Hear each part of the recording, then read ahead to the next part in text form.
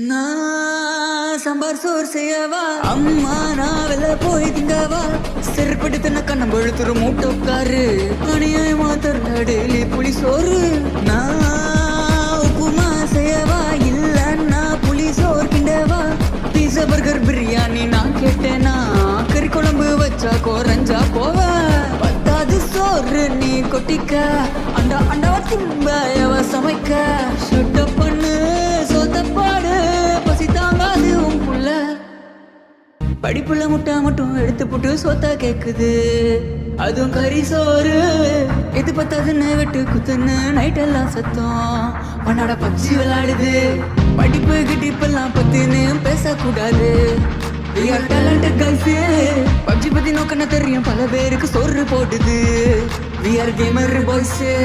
கொப்பா வந்தா போதும் மகனே செப்பல் பறக்கும் மூஞ்சி